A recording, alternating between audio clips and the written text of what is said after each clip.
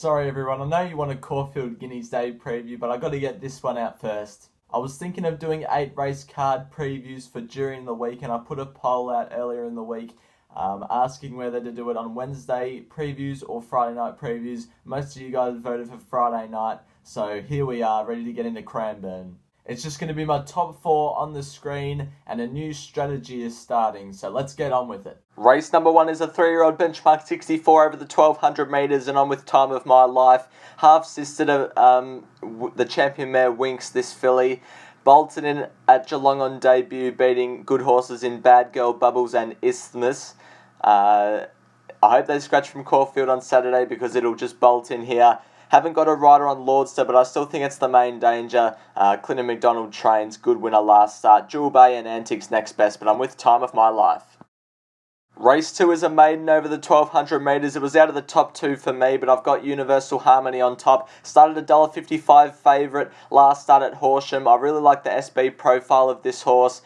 Draws wide, so may need some luck, but if it gets some luck with Mickey D in the saddle, I reckon it's the one to beat. Reveline only got beaten by Lofty Strike's full sister last start. It can definitely go one better. Others I like were King Ben at a big price and Jenny So Pretty, but no bet for me in race 2, Universal Harmony on top.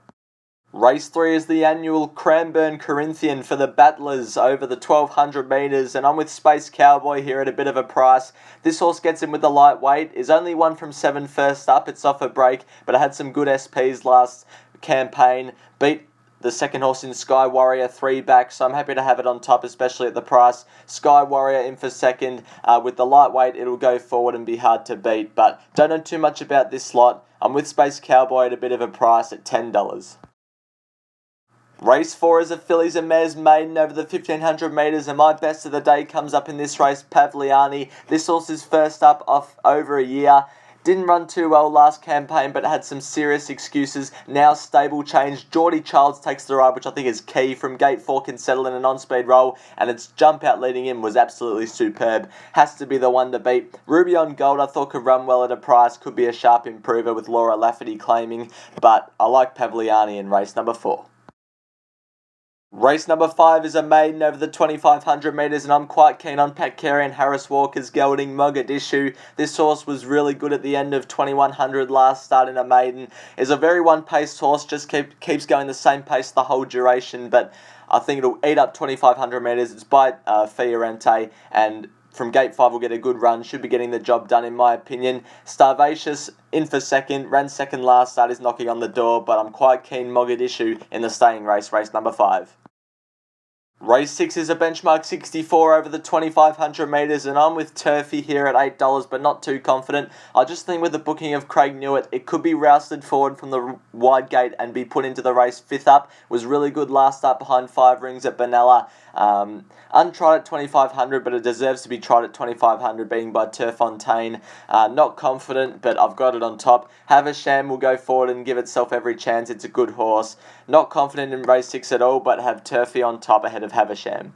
Race 7 is a benchmark 64 over the 1500 metres, and the one that's way over the odds in my opinion is Neroni. 3rd up, I reckon it's peaking now. Luke Cartwright claims the 3, brings it down to 61 kilos. Last preparation, this horse only finished a length and a half off Lucky Decision and Aesop in a benchmark 78.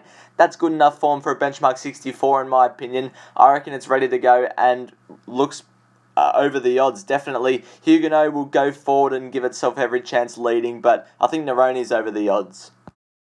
Race 8 is the Pinker plate for the fillies and mares over the 2000 metres, and I'm with Supergirl. Never doubt Waterhouse Bot front runners, and I'm not doubting it, and I like it. From gate 11 will be rousted forward by Winona Costin. Hopefully can take up a leading role and go 4 better than what it did at Sandown last start. Only getting beaten 3 lengths by Ain't No Deal Done and Forgot You. That's good enough for this race. In for second, I've got Speak. First up was pretty good behind Foreign Raider, but I like Supergirl in the Pinker plate.